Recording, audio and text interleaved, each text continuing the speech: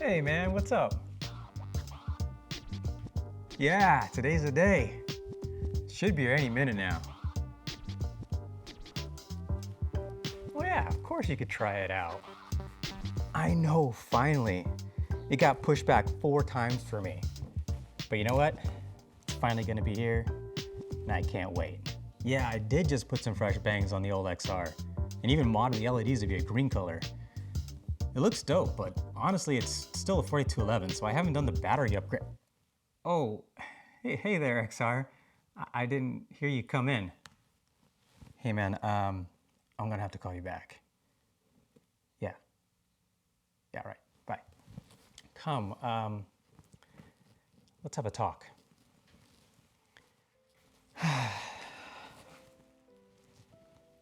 Now, look. Just because the new GT is about to be here doesn't mean I don't love you still. I mean, I just put new bangs on you and even changed out those outdated Christmas colors we had going on.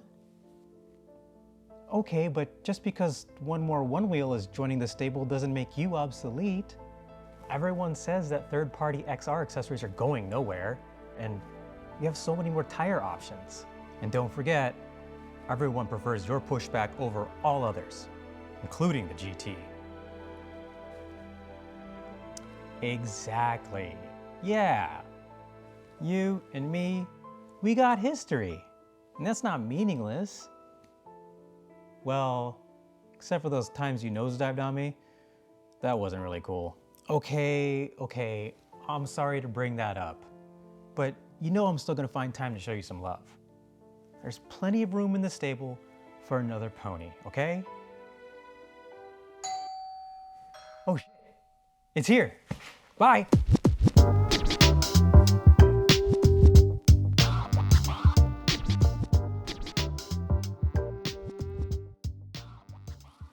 I hope you enjoyed that little skit. When Future Motion and FedEx both delay your most anticipated package for this long, well, you get some ideas.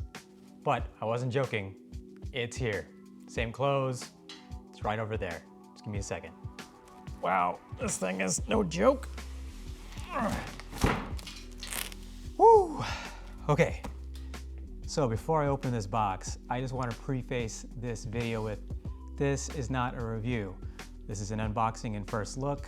So after I get some time on it, maybe I'll make a review with some good thoughts, but I already know there's gonna be a ton of videos out there that will have a lot of great info, so go check those guys out. For now, let's take this box out and check this bad boy out. Dude, come on. I should have worked out. I had months. Let's do it like this. Bam. There we go. I haven't even seen the box yet. Oh yeah. So here is the other side of the box. The next level is here. And there she is. Woo! Smells nice. Got a small little accessory box in here, which is probably the manual plugs and stickers. We all know what that is. And here is the beast itself. Oh, all right, box, get out of here. I need more room. Oh. Yeah, all right, let's get this stuff off because we don't care about this. We know how to ride a Onewheel already.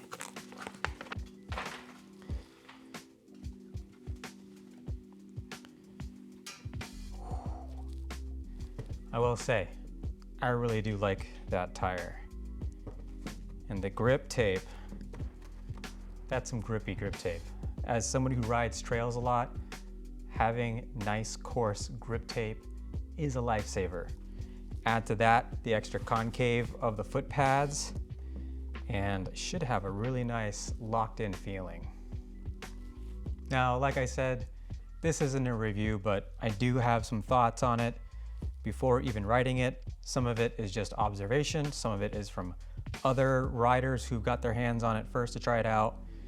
The tire, while I do love the tread, not as tready as some of the other optional tires for the XR or even the Pint and Pint X. I do really like the pattern of it, and I do like how curved it is, kind of similar to the Pint, so you get a little more carviness, not as flat as the Vega on the stock XR, so I prefer that extra carviness. I find it to be more enjoyable, more flowy, more buttery, whatever. But from what I'm hearing, it is a harder durometer tire, so that means the rubber is a harder material, which can be less forgiving if you're hitting chunky terrain. So keep that in mind. Also, with the change is a smaller sidewall, so the tire edge to the rim is shorter. So if you're someone who likes to drop from really high spots, could be an issue. It means that your rim is more susceptible to taking some damage. I'm personally not a rider like that, so to me that's not much of a con. I mean, I do like riding on the trails, but I'm not dropping 4 or 5 feet off obstacles, at least maybe not yet. And the other big con that everyone is talking about is the pushback. And I will feel this, I already know I will. I haven't ridden it yet, but that is a small concern for me.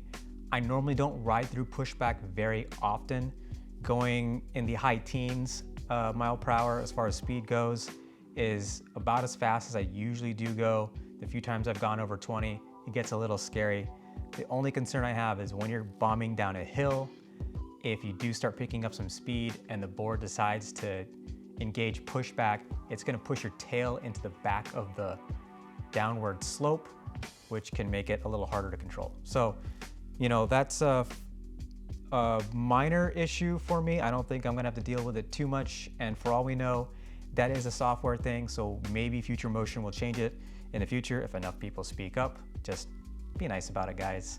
For the majority of people, I think that it's gonna be fine. Now, I haven't checked out the lights, so let's check that out real quick.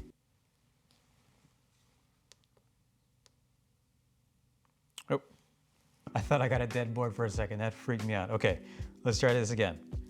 I haven't checked out the lights. Let's see what that looks like. There we go. Dang, there are a lot more lights on the front of this board. Check this out. Hopefully you can see that right there. But they put a lot more lights in the front and in the back, I assume. Not sure why they're not regularly spaced like the XR and the Pint. They kind of have weird gaps in them, but I don't mind it too much. But they are way brighter, and in the app, supposedly you can adjust the brightness. So I am looking forward to that. That is one of the pros for me. As someone who lives in Phoenix, it gets really hot here in the summer, and I'm likely not gonna ride this during the daytime. So the times that I can ride are at night, which is why I love all my fancy RGB lighting and whatnot. But if I'm hitting the trails in the dark, having that extra light is gonna be awesome. So looking forward to that.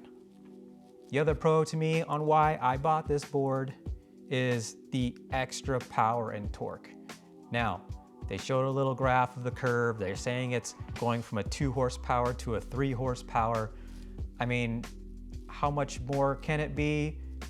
We're gonna find out. Even though it doesn't give me as a rider much more torque because of my weight, I'm hoping that when I do climb hills, it'll be much easier for the motor to handle, which in turn could save battery life.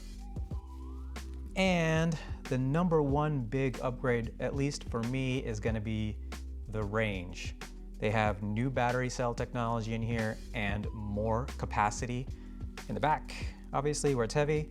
Also, why the whole board is that much more heavier is mostly contributed to those batteries. My XR is a 4211, so it wasn't one of those quick and easy battery swap jobs, so I never got around to doing it. Then they announced the GT and kind of met my needs as far as the range goes. So I'm really looking forward to no longer having battery anxiety. And again, combine that with the extra torque and power, I'm hoping that when I do climb some hills, it won't drain the battery nearly as much as it did on the XR. Okay, what else can I talk about? Oh yeah, the mag handle. It does come with their Pro mag handle, which is nice. I heard that noise can be annoying if you're somebody who likes to bonk, or what's the other term that people are calling it? Volley, whatever. I did hear that that can be really annoying. I like it, except for I know it's gonna be noisy. I know it's gonna get all scratched up, especially the Pro model with the black anodized aluminum. So I might throw the plastic one on there just to see how that fares. But yeah, on my Pint, it's all scratched up.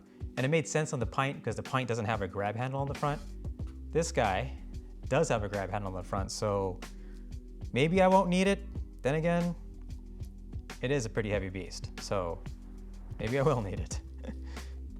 All right, so for now, I'm gonna put on the rail guards and the plastic mag handle. Hopefully it fits, it's the Pint one, but I'm gonna put on the plastic one if I can. Charge it up, and I'll put together a short little ride montage for you to enjoy. And after that quick ride, if I have any observations, you'll be sure to hear it.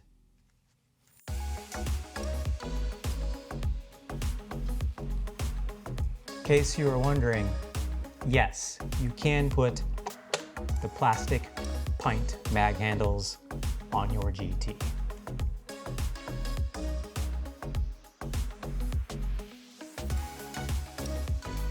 All right, time to sit around and wait.